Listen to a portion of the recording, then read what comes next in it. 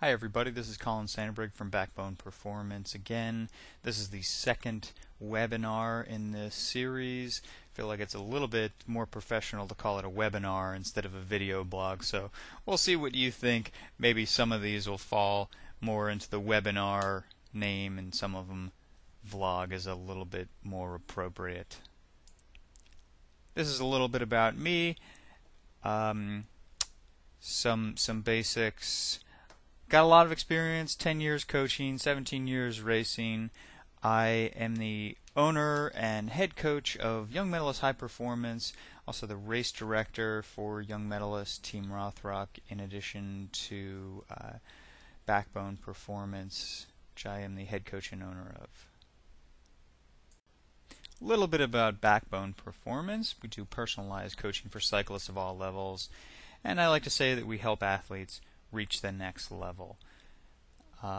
Few of the results from 2012: 2 national championships, 11 state championships, 1 UCI 2.1 stage win, a top 10 at the Quebec Pro Tour race. So we're having a pretty good first year. Hopefully that will continue in 2013. Little bit about Young Medalist High Performance. This is the kind of the junior division of Backbone Performance. We provide world-class coaching and athlete management services for young athletes striving to be their best. YMHP was founded in 2006 by Maybrit Hartwell, who was an Olympian. It is a junior-specific program, and I think that's a really important aspect of it. I will get to why I think that's important a little bit later. Hands-on approach, very, very important for juniors, and it is designed for athletes of all different levels, people just coming in, all the way through future pros, future world champions. Affiliated, but not the same thing as Young Medalist Team Rothrock. Young Medalist Team Rothrock is the team, the high performance is the coaching aspect of it. So they get confused a lot. Hopefully that helps clarify things a little bit. What makes juniors different? Well, let's start with the obvious. They're still developing. They're physically developing. They're growing. Their muscles are changing. Their bones are still growing, and mentally they're still growing too. Lack of experience. And this is really not always true, because there's a few juniors out there, there's some 18-year-olds that have been racing for 8 years, which is more than a lot of senior racers. So it's not uncommon for juniors to come into races with seniors and actually have more experience than they do. But you know that in general, a junior is never going to have more than 8 years of experience. So perspective isn't quite there, and I really I don't want this to come off in any way condescending of juniors or insulting to juniors. It's just that it's one of the facts of life. As you get older, you gain experience, you gain perspective. One of the great things, I think, but also the dangerous things about juniors is they don't have much fear.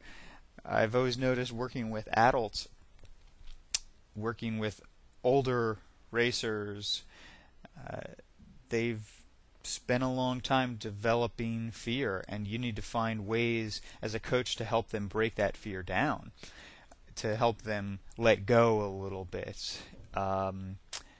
It's really tough to work on bike handling when you can't get athletes to let go of that death grip on the brakes. Juniors tend to have the opposite problem. You want them sometimes to be a little bit more fearful, and that's, as I'm sure you can imagine, there's a good side to that and there's a bad side of that. Same thing with a support system. Juniors tend to have a better support system than adult racers, aside from pros, and sometimes even then. Parents usually very involved. Teams often very involved, and that's great. That really is a good thing to have that support system, but it can also be a bit smothering at times, and we all have to remember that it's important to let juniors find their own path and learn how to do things themselves, sometimes by making mistakes.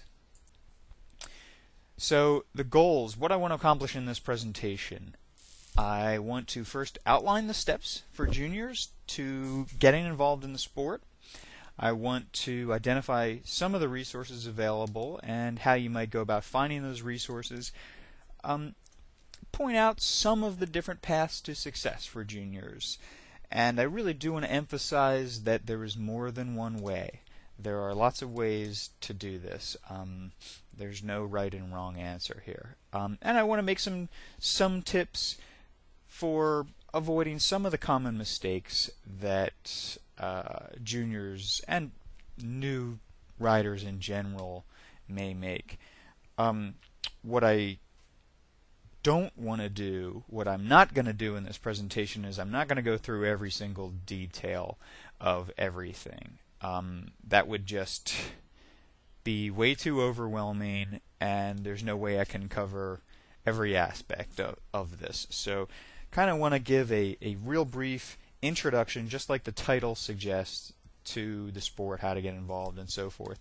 And a lot of my motivation in doing this is because when I first started racing 17 years ago, I didn't have this. I was a junior, had no idea about anything, and I had to learn a lot of these things just by trial and error, by making mistakes, and as a result it took me longer to learn them. Had a lot of diversions in that path. So hopefully I can help outline things, help make things easier for everybody now. So step one, finding a bike. First, you gotta think about the sizing. Now, sizing is a little bit more complicated in some ways than it used to be. That's mainly because every manufacturer is going to be different in terms of bike geometry. What they might call a medium at Specialized is going to be different from what they'll call a medium at Giant. Same thing with the 54. 54 with one company is going to be different from the 54 elsewhere.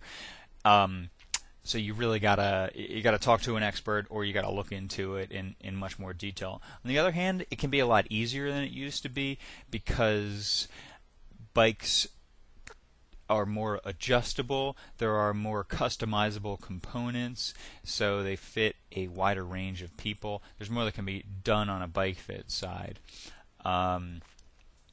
Talk to an expert though about this. It'll really help simplify it. A good bike shop should be able to step you through this, or a good bike fitter should be able to step you through exactly what the ideal size bike is for you.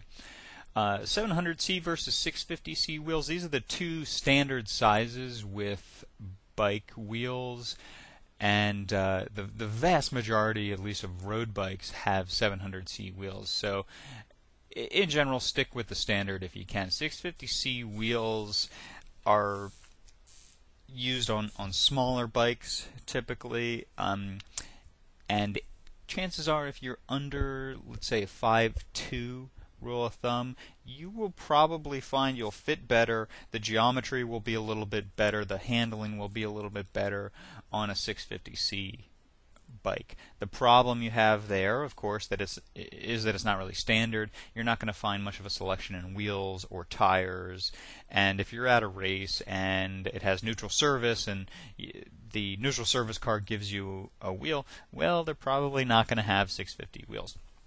Something else to keep in mind is junior gearing. If you are planning on racing, as a junior racer, you are gear restricted. This means that the biggest gear you can use is significantly smaller than the biggest gear that most people use. The typical biggest gear for a junior bike is you would use a 52 tooth chain ring, big chain ring, and a hardest gear of a 14 in the back. A lot of companies do make junior specific cassettes. Something to keep in mind though if you're going to a bike shop is that a lot of bikes now are sold standard with compact cranks, not standard cranks, and that complicates things a bit. So short advice here would be get a bike with standard cranks. I think compact cranks are great, but it can really complicate things for juniors. So get a standard crank set, and that way you can just use a standard 52 big chain ring and a junior cassette, which is usually going to be a 1425. I really believe for most people the best option is go to a bike shop. Go to a brick and mortar bike shop where you're talking to the experts, talking to the professionals. You're going to pay a little bit more in the short run, but it'll almost surely pay off. Most people that get bikes on eBay, they lose money in the long run. And a lot of bike shops will offer lifetime maintenance programs. They'll offer tune-up packages when you buy a bike. Sometimes they offer free bike fits there. So it really does pay off, and not to mention you're developing a relationship with that bike shop and with the people there. You're going to need them down the road. Of course, parents, siblings, teammates, those are great ways to get used bikes. If you've had other kids that have been in the sport of cycling, maybe they've grown out of their bike, maybe you've grown out of your bike. It's a great way to do it. Not everybody has that option though. Swap meets, I know twice a year at the Trickstertown Velodrome they have a bike swap meet. People sell their used stuff. It can be a good way if you're looking for used stuff, and they'll have that in all sorts of different areas. Good way to get used stuff or sell your old used stuff. And I think it's nice because you meet the person that actually owned it, so it's a lot less anonymous than something, say, on eBay. Some other things you're going to need before you get on the bike. You're going to need a helmet. Helmets are, of course, desirable for everybody riding a bike, just a matter of safety, and there's some great helmets out there now that are nice and cool and aerodynamic and a little bit more fashionable. Under 14, at least in the state of Pennsylvania, and I believe this is the case in many states, you are required by law to wear a helmet. Shoes and pedals, bike shorts, I'm not going to go into the details of why you need them, but just trust me on this, you need them. A flat repair kit, the ability to change a flat tire, going to want to have that. You're going to want to have a phone with you so that you can call your parents in an emergency. Parents are going to be reluctant on letting their kids go ride out on the streets. It can be a bit nerve-wracking, so it'll probably make you feel a little bit better to know that your kid has a cell phone with you.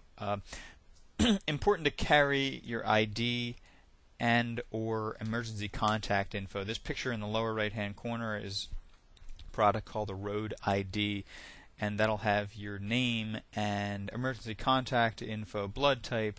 If you look online, it will, assuming you put this in here when you buy one, it'll have your medical history. So emergency responder could come and they might have an unconscious cyclist that they see. All that information's right there in a very convenient way. So great product, great thing to have with you whenever you ride. Some items that you will probably want shortly, not necessarily required. A jersey, other accessories, gloves, sunglasses, socks, arm warmers, knee warmers, leg warmers, a wind vest, and some winter gear. If you plan on riding outside in the winter time, you're going to need these things. I'm not really going to go into detail on why you need each of these things. I would rather you just trust me on this. You'll want these items pretty soon. Not necessarily required though. And let me emphasize too that you don't need to get all of these things at once. You can kind of get them piece by piece. Maybe some of them will be hand-me-downs. But I mean, I've got probably 15 pairs of different gloves for all different conditions. I've probably got 8 pairs of booties. My hands and feet have always gotten really cold in the wintertime. Some people seem to be able to ride in the coldest days of winter with no shoe covers and nothing on their hands. I've never been one of those people, so I've got all of these different items for different conditions. I've accumulated them over 17 years of racing, and I'm still accumulating them. Still, there's always something I need, and the technology changes. So there is a reason for all of these things. And if you don't believe me, you can try riding without them, and I think you'll understand pretty quickly. A bike computer, basic bike computer, I'll get more into that later. One of the questions at the end of this presentation is about bike computers, but nice to have something that just tells you, at the very least, how far you've gone, how fast you're going, what time it is, and preferably your cadence. So bike maintenance, some basic things you want to learn here. Definitely want to learn to clean your own chain, lube your own chain, make some minor adjustments with the derailleur. So if your shifting isn't quite perfect, you know how to adjust that. Definitely want to know how to change a flat tire.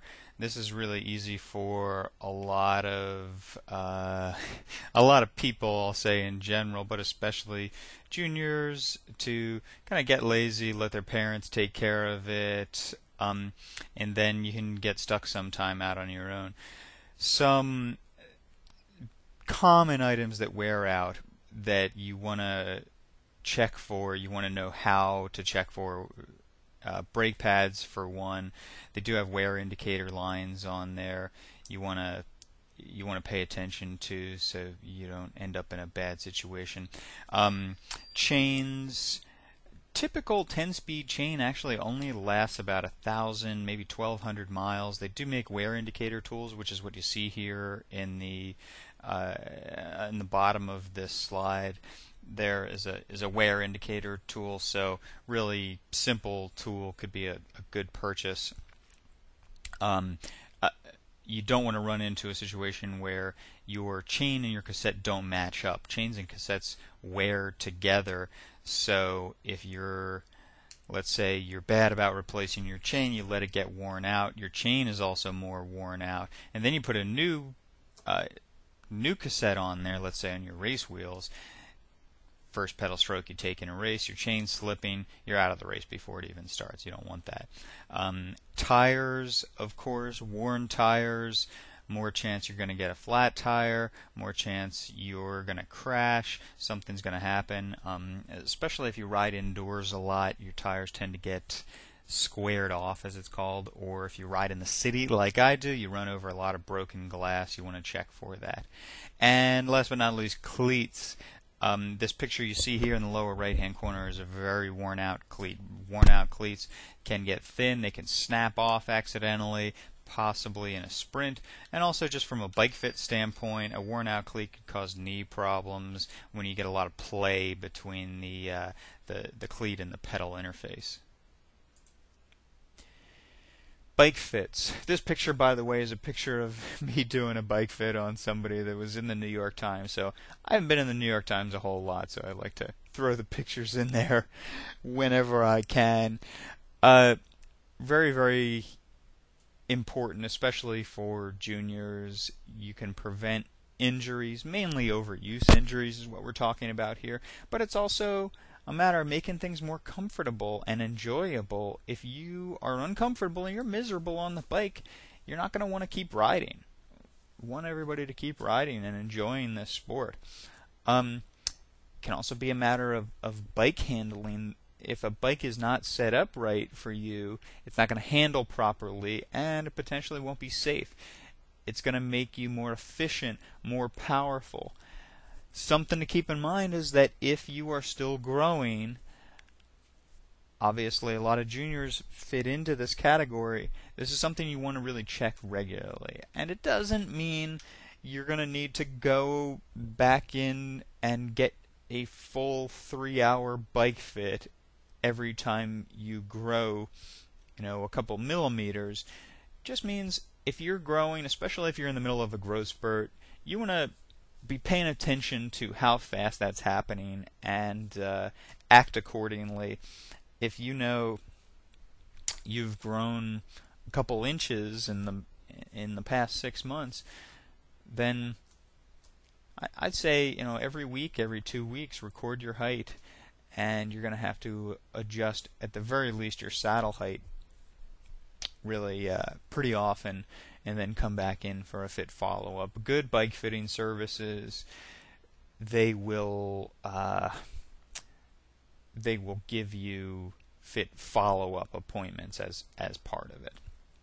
Also, something with women, a little note here, there are tons and tons of women that are uncomfortable on their bikes.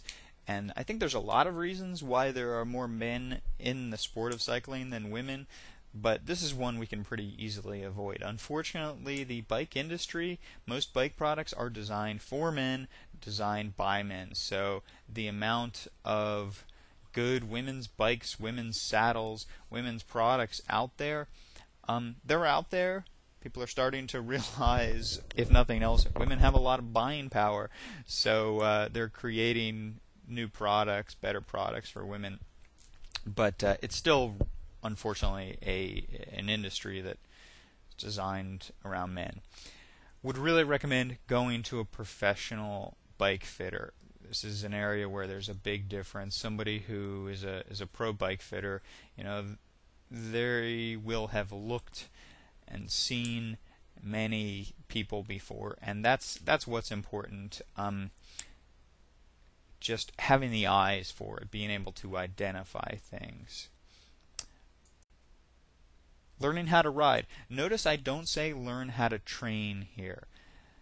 One of the, in my opinion, the problems with cycling in the U.S. is that a lot of people learn how to train before they actually learn how to ride, and that can lead to burnout.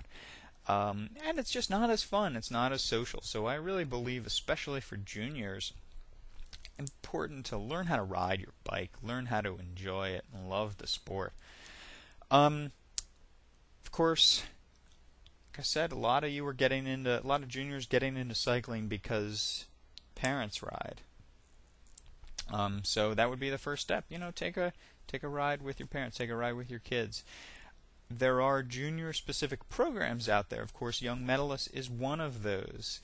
The Cadence Cycling Foundation here in Philadelphia is a program that is for underprivileged inner-city kids to get involved in the sport of cycling. They provide bikes and after-school programs and coaching, mentoring. Really, really a great program. Of course, people outside of the city of Philadelphia are not going to be able to take advantage of that. But look around. There are programs like that.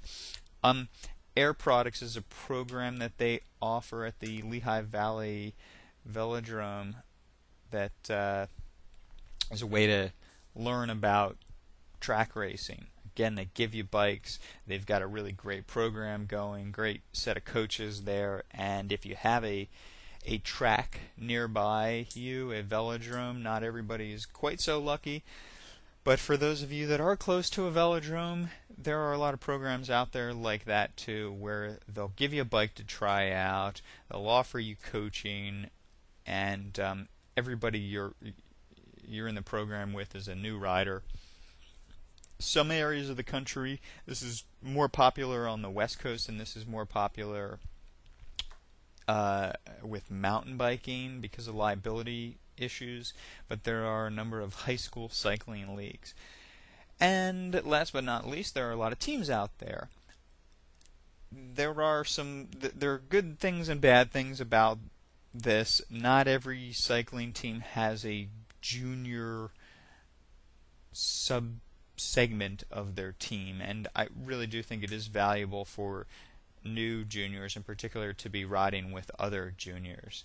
But I understand that there aren't these options everywhere. You can also get a personal ride with a cycling coach. A lot of coaches offer this service, so it might even be, you're not signing up necessarily for coaching, might not be your coach, it just might be somebody that offers this service that can help you work on the skills, help work on the basics. And recreational clubs. This is actually how I first learned how to ride and learned where to ride, was through the Central Bucks Cycling Club in Bucks County outside of Philadelphia. Great way to learn how to ride because they have typically organized rides that are of different distances, and any club should specify the level of the ride. Typically it'll be A, B, C, D rides, and you can experiment a little bit of that with that and see what that means. Of course, those are a bit subjective and may have different meanings in different areas, but a good recreational club will know where to ride, and it'll be a social thing, and they'll have rides at different levels. Learning where to ride, of course, going on those group rides I think is really a great way to do it. Some of the clubs will have past organized ride routes published. Map My Ride, I think, is a great resource. MapMyRide.com, you can search on your area, you can filter it by distance or difficulty of the ride, and so forth. Strava can be a really good resource, I found, too, especially if you're looking for climbs.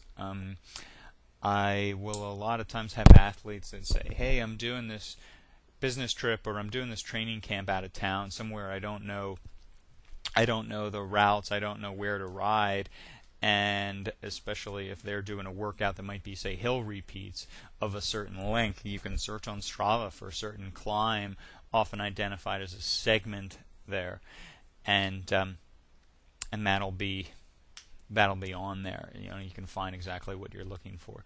There is a series of books called Where to Bike. I know that the reason I know about this is they just came out with one for Philadelphia. Really nice little guidebook.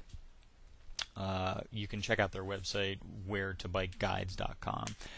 Bike shops, again, great resource. Go into a bike shop, ask them where the group rides are, ask them where people ride.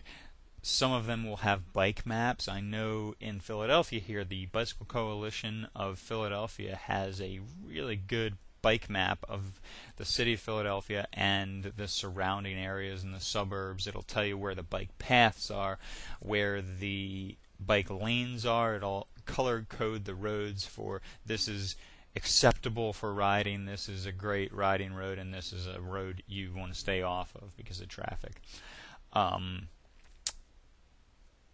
In terms of stuff that's available, I know here, in addition to the BCP, Suburban Cyclist, there's the Central Bucks Bicycling Club I mentioned before, and different areas will have these different things. Pretty easy Google search to find this out. So you want to try out a race.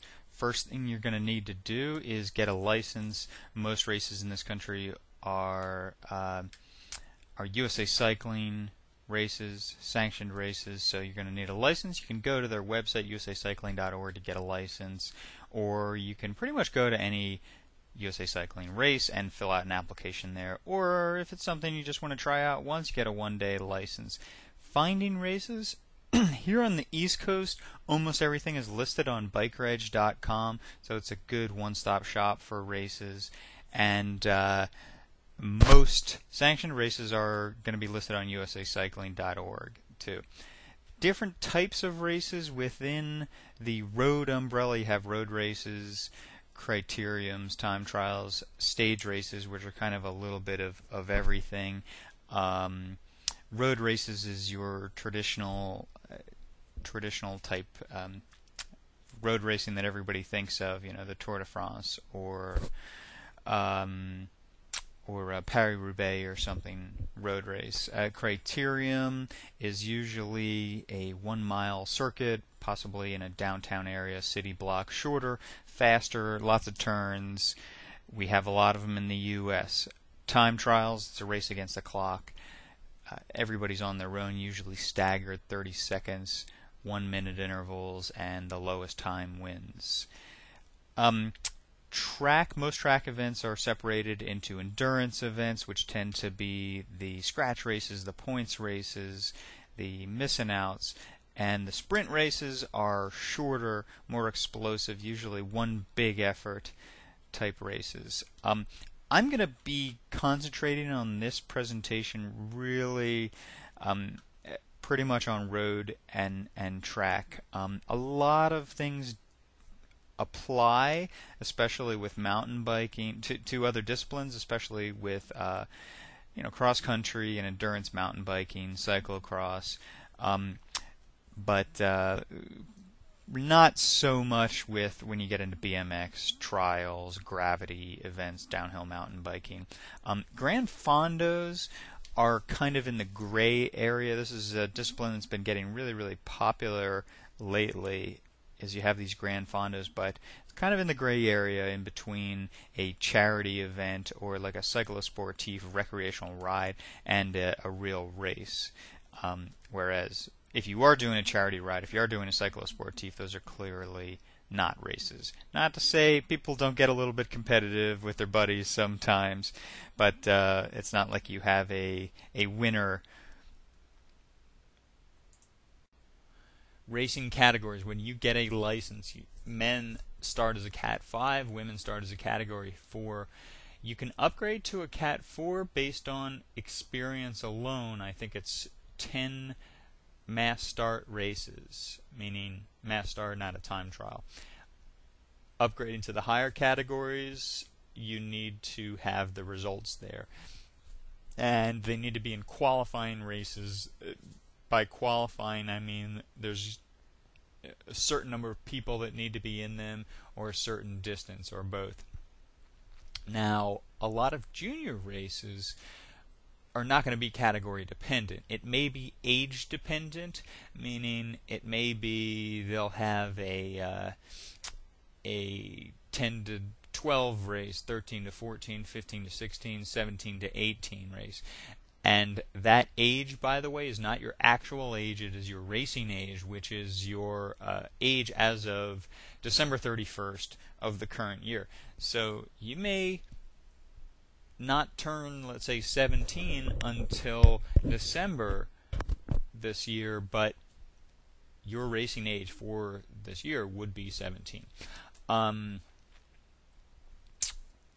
Sometimes races will have just one all-encompassing junior race. Of course, that's tough. If you're a 10 or 11-year-old, you'd be racing against potentially 18-year-olds.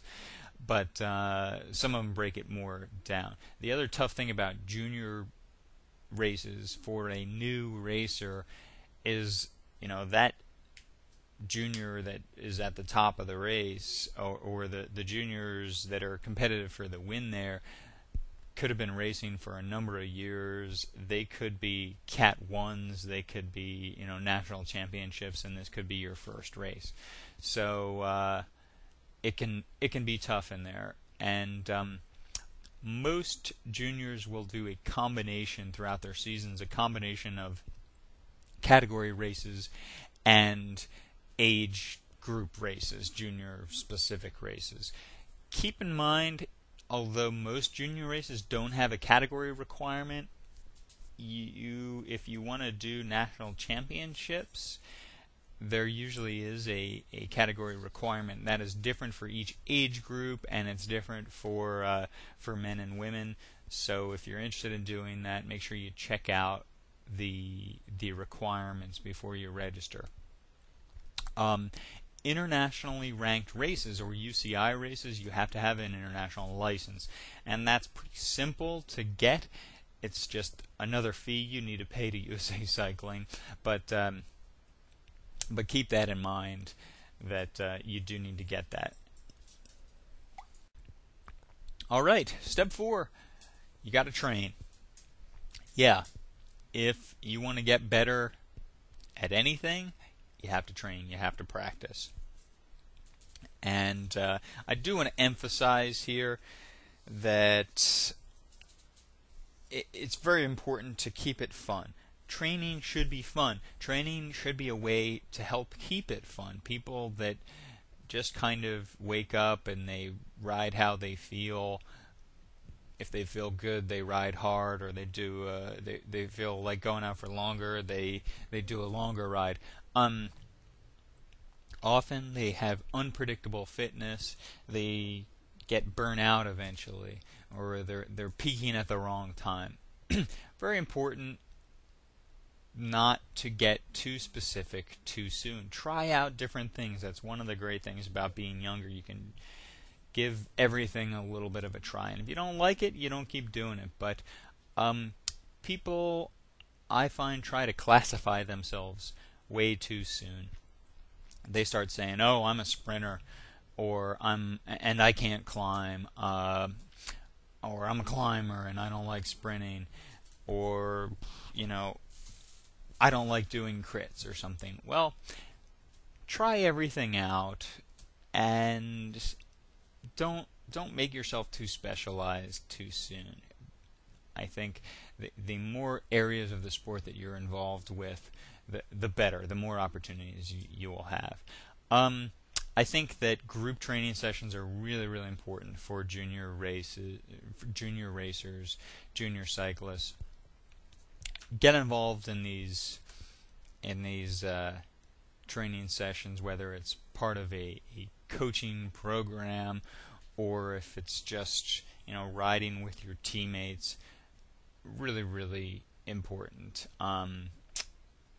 Having teammates there, understanding the team aspect of it, making it more of a social sport as opposed to just going off on your own every day and riding lots of miles. Most people that do that are going to lose motivation after a while, and we want to see as many people as possible stay in this sport.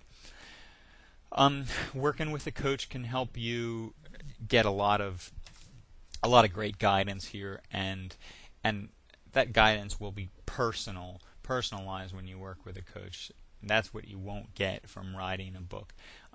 That said, I think there's a lot of great books out there, and I like, even for coached athletes, I want people to be educated. I want them to understand a lot of why I'm telling them to do what I'm telling them to do, and ask the right questions. Couple books in particular, if you're looking to get started: Bike Racing for Juniors, written by Kristen Diefenbach and Steve McCauley. Really, really good book. Overview of a lot of the stuff I'm talking about here. And, of course, the classic that is out there in terms of training is Joe Friel's Cyclist Training Bible. Really nicely organized, and it's the way a lot of people started learning about training. And if you are going to put together a training plan for yourself, probably one of the best starting points. Cross-training.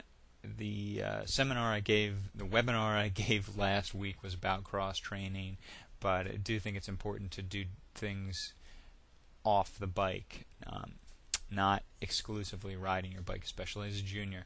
Strength training, probably rule of thumb, if you're under 15, 10 to 14-year-olds, couldn't hurt to be doing some core work, but be careful about getting too into the gym stuff too soon. I will be doing in October a blog or a webinar about strength training and weight training, so you can check that out. Indoor training, hey, like any sport, you gotta, if you're wanting to be really good at it, you can't just do it part of the year. You have to do some maintenance in the wintertime, in the off season, and That probably involves getting an indoor trainer, riding your bike indoors. It's probably not why most of us became cyclists. In fact, I can say it's definitely not why any of us became cyclists and got into the sport, is to ride an indoor trainer. But that said, it's necessary, and there are lots of ways you can make it more structured and make it more fun. Step 5, progressing through the ranks. So you've done some races, you've done well, you really love this sport, you've trained a little bit, you think you can be successful, you want to see how far you can get with it. Where do you go from there? First, how do you upgrade your bike? Where do you get the most bang for the buck? Couple things. The big one is race wheels. Get a set of race wheels. You can get something that's lighter, that's more aerodynamic, that has good tires on it. It's really where most people will get the most bang for their buck in terms of dollar per dollar, where the money is best spent. If you're doing time trials or stage races that have time trials, of course you want to start thinking about some aerodynamic equipment. At the very least, some TT bars. It's very nice to have a full time trial bike that you can set up and really fine tune the position. You can ride in that. You don't have to mess with your road bike. But time trial bikes can be a lot of money. Some advice I would have is, I think a lot of people spend too much money on having the nicest or the top tier bike equipment, and their money would be a little bit better spent going to training camps in the wintertime, taking a trip over spring break out to California or Florida or Mallorca or something, Tuscany. Have a vacation that has a cycling component to it, as opposed to just getting better and better stuff, but not working on yourself, not working on riding. I don't want to be too redundant here talking about development pathways, because there's a lot of stuff out there. There's a really good webinar that Ben Sharp put together on the USA Cycling website. Ben Sharp is a former co-worker of mine, really, really great guy. And this presentation, I think, is a couple years old, so there's a couple of things that are slightly dated in there, but it's still a great webinar. You can find it if you go to the USA Cycling website, look under Development Camps, and then click on USAC Development Camp Information Webinar. And it'll kind of go through the whole process of what they're looking for.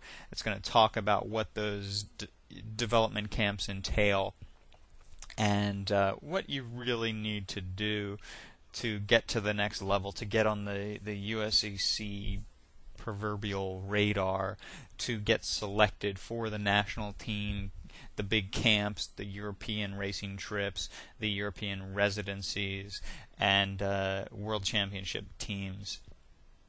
A really good thing. And actually, that webinar helped inspire me for this webinar as a series. So thanks, Ben. I like what you did, and I'm imitating it in some ways.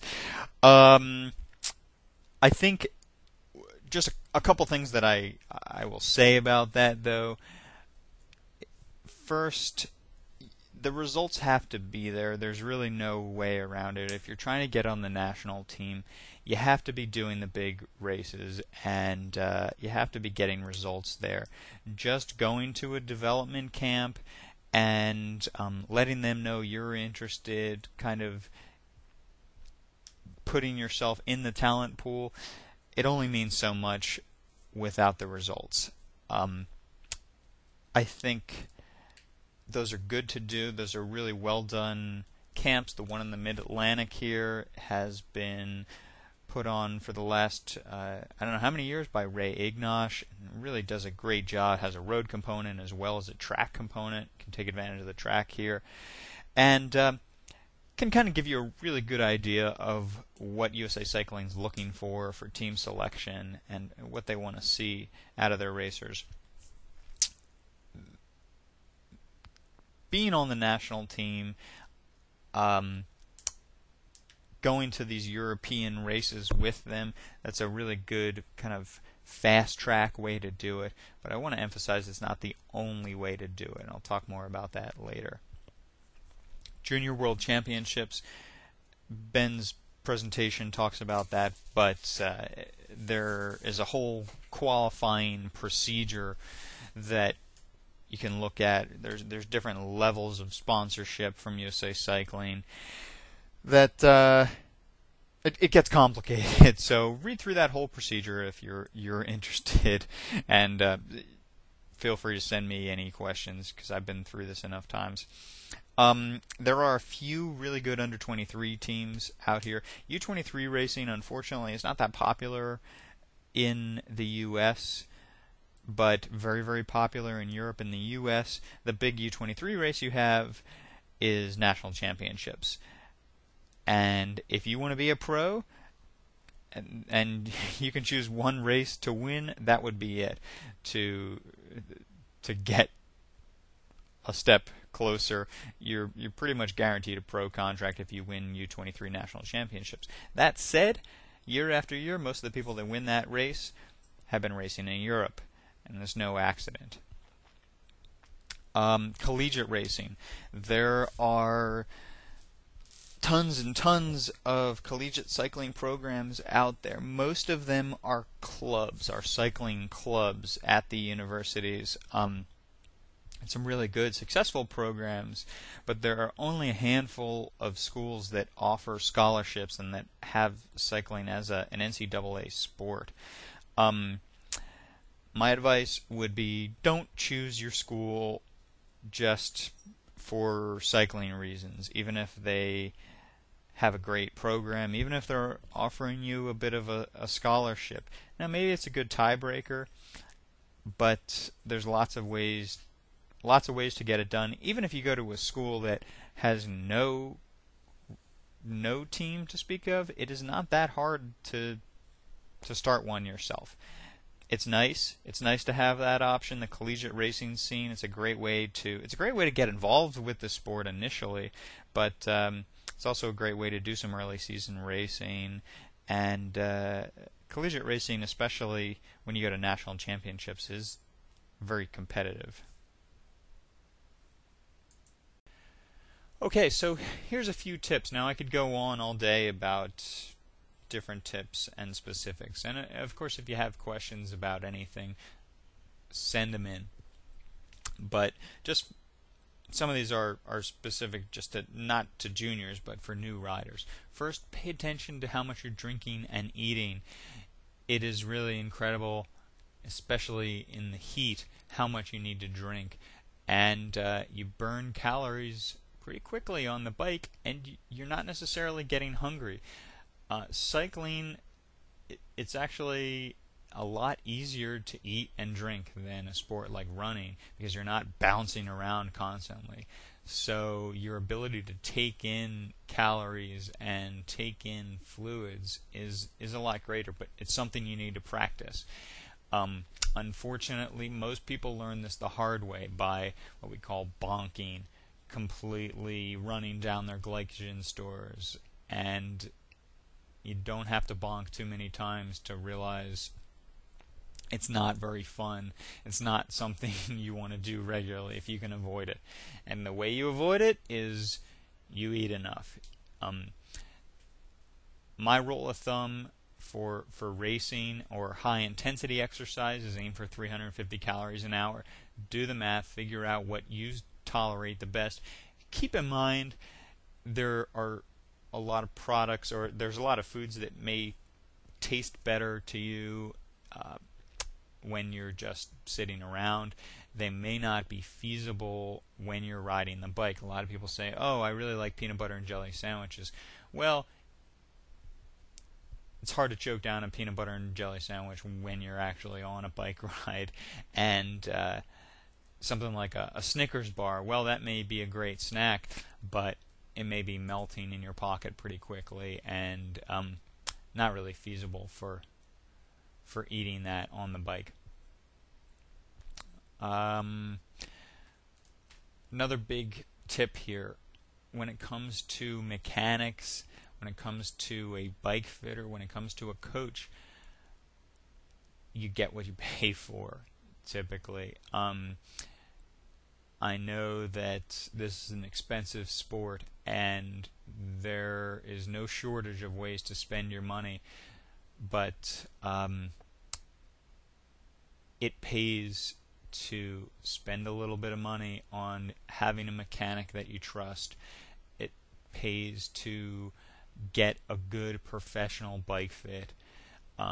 It pays to get a coach and have a professional. There's a reason all these people are professionals.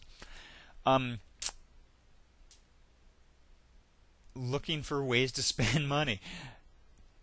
One of the things I always say, big tip here, is make sure you take care of the little things. Have good tires on your bike. Replace your chain regularly. Keep your bike in good working condition. Keep it tuned up. Have the right clothing. Spend your money on getting to races. Those things will matter much, much more than having the latest expensive carbon fiber bike or $5,000 set of wheels and so forth. Pay attention to those little things. If you've got a lot of money, you've got enough money, you can do it all, then great. Most of us are not so lucky. We have to pick and choose where we want to spend our money. So take care of the little things first.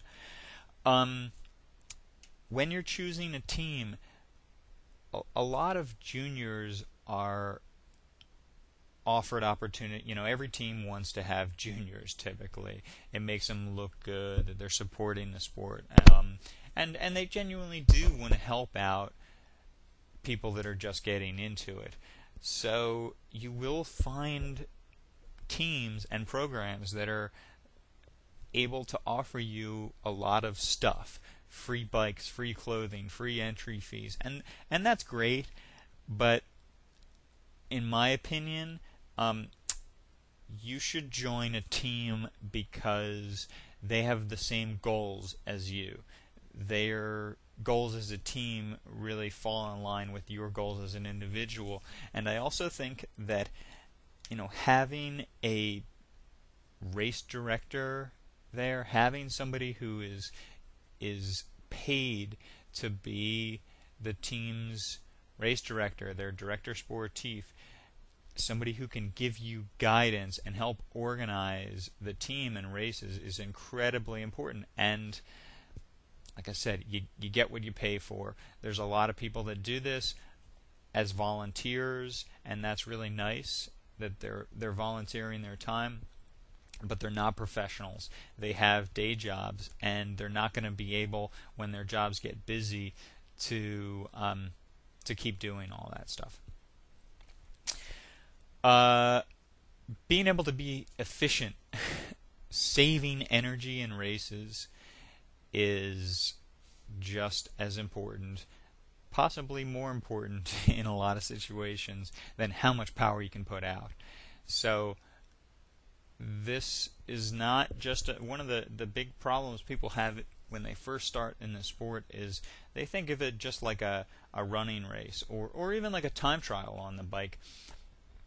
They're thinking, how do I go as hard as I can and maintain it for the duration of the race? And if they're not going as hard as they can, they don't feel right, and maybe they go to the front, and that's often a waste of energy. So you have to kind of change your mentality for bike racing and think about, how do I save energy any time I have an opportunity to save energy and conserve and be efficient, so that when it comes time, I can go really hard. I can go as hard as possible. I didn't blow myself up wasting energy early in the race when it didn't get me anywhere. Last but not least, this is a hard sport. In any given race, you might have 50 starters, 100 starters, sometimes 200 starters in a race. There's only one winner. Even the best cyclists in history lost a lot more races than they won. It is hard. It can be dangerous. It can be expensive. The people that do well in the long run are the people that can take it all in stride, that can roll with the punches, that can make positives out of negatives, and are patient.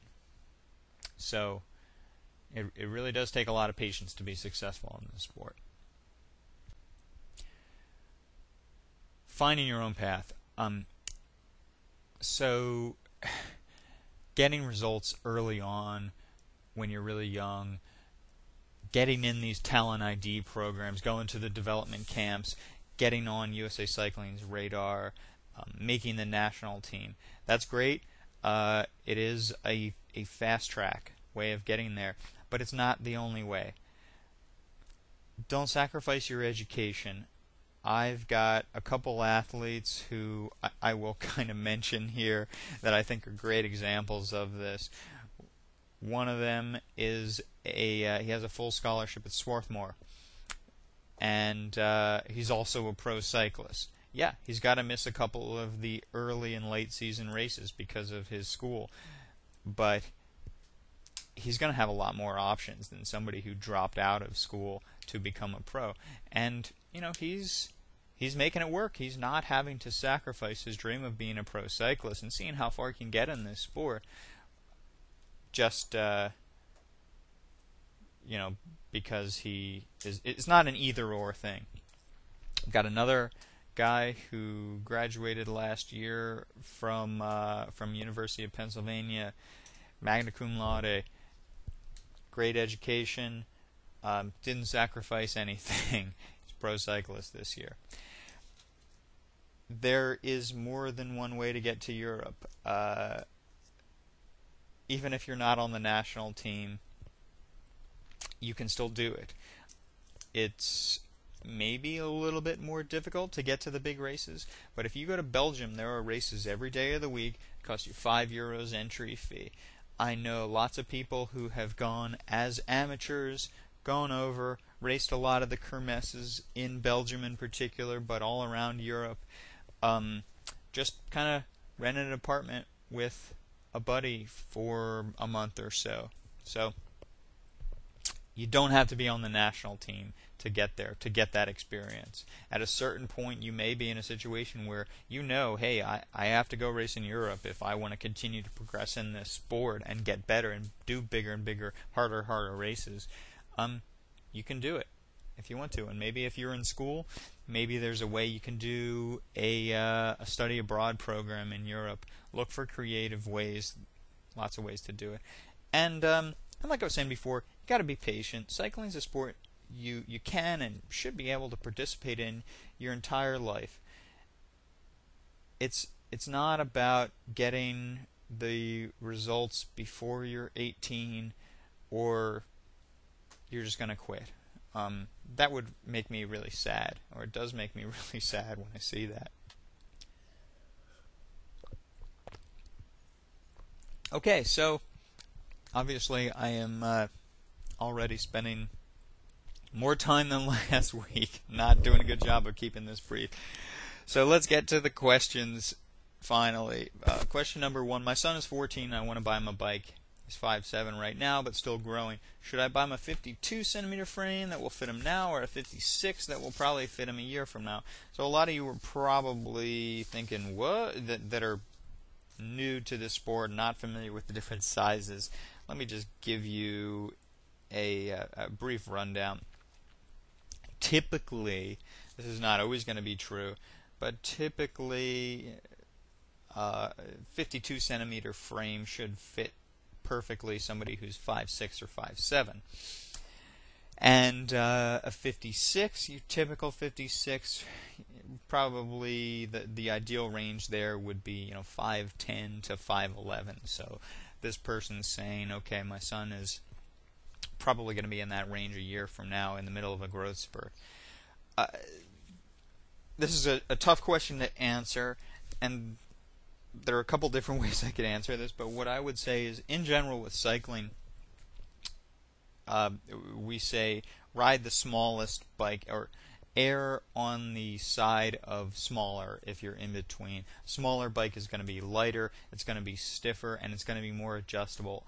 In terms of bike fitting, it's a lot easier to, say, stretch a bike that's small than shrink a bike that's too big. In a lot of ways, if a bike is really too big, there's nothing you can do, or nothing you can do without really compromising the safety and the handling of the bike to make it smaller. There's a lot you can do, though, with a small bike to make it fit somebody who is bigger. So I would probably say that it's not worth it to get a bike that's, 2 sizes bigger than he currently fits on, because that's where you think he's going to be a year from now. I would, if it was me, I'd probably go in between, kind of split the difference. That's a lot of growth. Obviously, you have some reason for thinking that he's gonna grow 3 inches in the next year. That's quite a bit. But even if he's 5'10", 5'11" a year from now, probably will still fit fine on a 54 and be able to use that bike for a couple years. And then once he's stopped growing, then you can figure out, okay, what's the ideal bike for him, an ideal bike size. Next question. I am 16 years old. Is it worth it to buy a bike computer or a heart rate monitor or a power meter? Great question. I think it's valuable for anybody doing bike races to have a bike computer. Very important in a race. Just the most basic tactics. You want to know how much distance is left in the race. Where are you at? It's a 20-mile race. You want to know where you're at, how much is left, how soon before I can start lining up for the sprint. So at minimum, I think it's really useful to have distance, a time, like a stopwatch, and preferably also cadence, just kind of keeping an eye on your rate of pedaling. Heart rate monitor is a very valuable training tool, and a power meter is very valuable too. I will have another, actually probably a couple seminars later, unplanned at this point. I can't tell you exact dates, but I want to go into detail on the value of having a power meter. My rule of thumb, what I'll tell my kids is under 15, just have a bike computer. Don't worry about the training aspect of it at all. When you hit 15 or 16, get a heart rate monitor or get a bike computer with a heart rate monitor function on that. You're starting to think more about training. And then 17 to 18, get a power meter. Very, very valuable training tool. If you're interested in the training aspect of it, if you're still just at that age, you're thinking, I'm just wanting to have fun, I'm not really that interested in training yet, then don't worry about it yet. But when you do get to that point, and as an older athlete, absolutely, power meters are not cheap, but they are starting to come down in price, getting more and more affordable. There's more and more good options and competition out there. So it is a great training tool. I think it's just important before you get that power meter to have enough perspective that you're not going to be a slave to the power meter. You're not going to be staring down at those numbers and obsessed with the numbers all the time when you don't really know the basics of knowing how to ride your bike yet and how to race first. It can be a distraction for a lot of athletes is basically what I'm trying to say.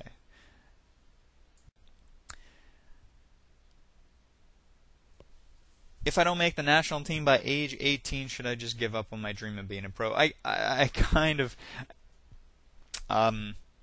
answered this earlier, but I'm gonna elaborate just a little bit. And this might seem like a little bit of a ridiculous question or a rhetorical question, but this is a question a lot of kids will be asking. Maybe the results aren't there. Maybe they started a little bit later. So is it really worth it to keep going? It's not as silly of a question as it seems. That said, I think there are lots of ways to get there. There are people that become pro cyclists later in life.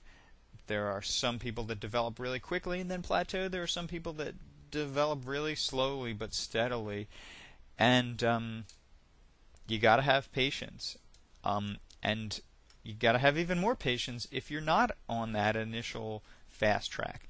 But if you want to make it happen, if this is your dream, there are lots of ways to get there.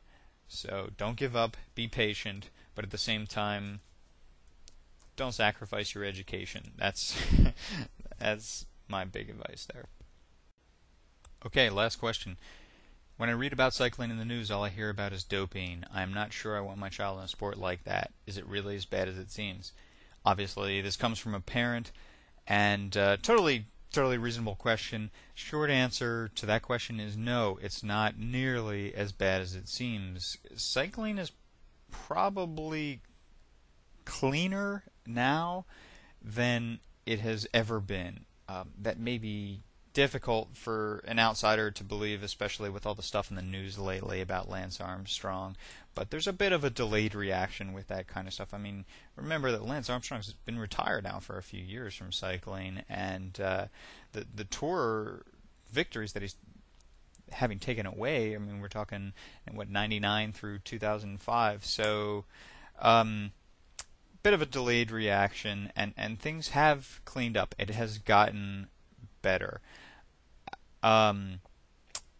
This is one of those things that everybody asks about, but is not really as big of an issue as it may seem in the media right now. That said, parents, you got to talk to your kids about this, just like you got to talk to them about any drugs. Kids, you got to think about this. You got to take responsibility for your own life, and decide how you wanna live your life. You also need to be prepared for any problems that come your way. I mean, keep in mind, a lot of people test positive for products, and it's not intentional. They're not intentionally saying I want to dope. They just don't realize what they're taking. The supplement industry is not really very well regulated, so a lot of people are taking in stuff they don't know about. You got to research this stuff. You got to avoid anything that's questionable. And for those of you that might be on really any medications, look it up. Make sure. Err on the side of caution. A lot of kids are on asthma medications.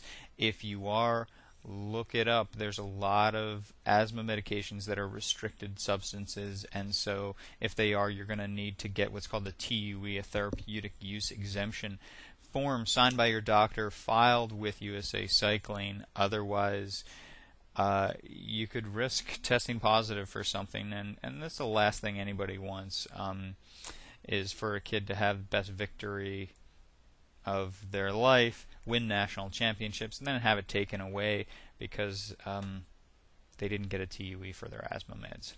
So be prepared. You got to think about this stuff. And coaches, team directors, parents, we all have responsibility here to help prepare these young athletes. All right. That is it. For more information, you can go to the website, backboneperformance.com. You can check out the Young Medalist website, Young Medalist High Performance, youngmedalist.us. Most of you are coming to this via the blog, backboneperformance.blogspot.com. You can like us on Facebook. You can subscribe to my Twitter feed, @CMSandberg. Send in any questions you have. Send in your comments. I'm doing a horrible job of keeping these brief, but hopefully you guys found some beneficial information here. You can email me directly at colinmsandberg@gmail.com. I will see you soon.